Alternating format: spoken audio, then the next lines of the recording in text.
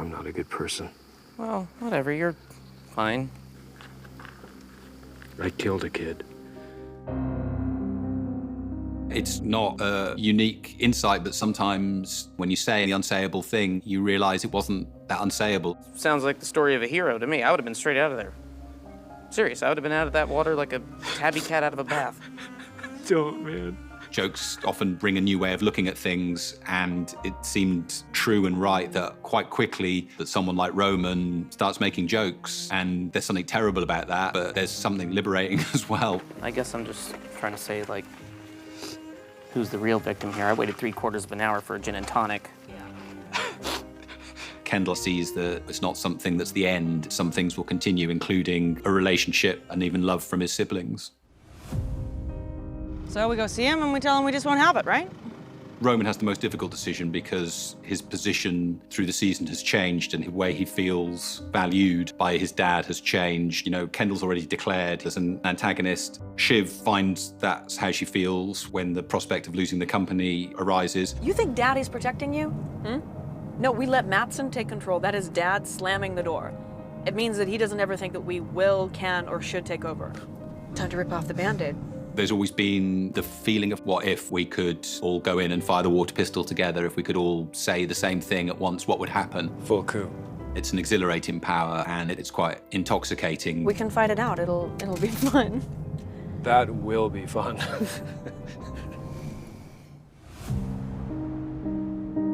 If I look at the arc of this season from the chaos at the end of episode 2. Fuck you, Plastic Jesus. You're a fucking twat. Save the planet, Ken. You're a fucking prick. And there we are, episode 9, and the siblings, however damaged, found their way back together for the first time really since their teenage years, I think.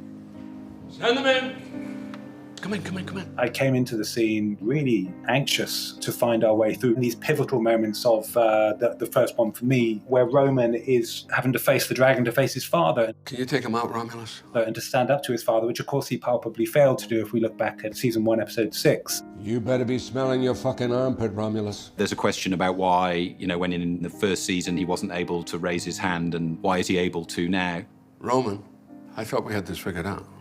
Yeah, it just might be better, you know, if we all here. Some people would see growth. I'm on the fence about human beings, and people certainly change what they do, but in my view, people's essential selves don't change. In a way, that's what makes drama and choices interesting. I've got you. Come on, let's discuss. So I would say that the circumstances around Roman have changed. This is an opportunity, son. He feels this weight of support that makes it possible for him to be a full sibling. You can trust me. You can't trust him. It's a superpower that Logan has, to be able to lie to people's faces. And then if people have the power to make him come good on those promises, then he will. And if they don't, then they're in a new situation and there'll have to be a new accommodation found. We can stop you.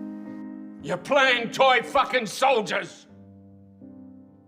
I have you beat.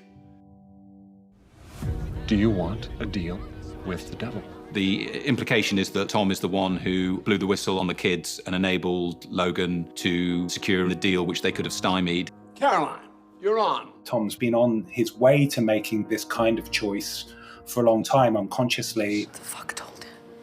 Since Shiv's admission on their wedding night that she'd had an affair, since a few nights before that when she said that she doesn't love him. I think he does love her quite passionately, and she, after her own fashion, loves him. But there are a lot of caveats for both of them. If you're being generous to them, their relationship is very complicated. We're gonna force him out. Where do I fit in, Chef?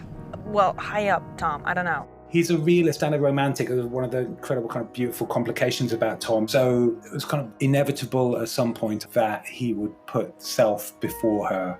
Other people who are in the family will always be a Roy, will always be in the newspapers, but Tom maybe has a certain cold calculation to make about what he needs to give if he's going to stay in that world. Hey. For a long time, I couldn't find the ending. And then we did a take where we gave Sarah's character time to process that moment. You should have trusted me. And when Tom walked over and said, "You okay?" Okay.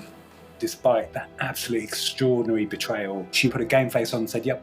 Yeah. And because it was such a perfect kind of succession moment, that she would still somehow find the strength to put that kind of Teflon coat on and be in denial of that pain was so powerful to me that I knew we had the end of the season.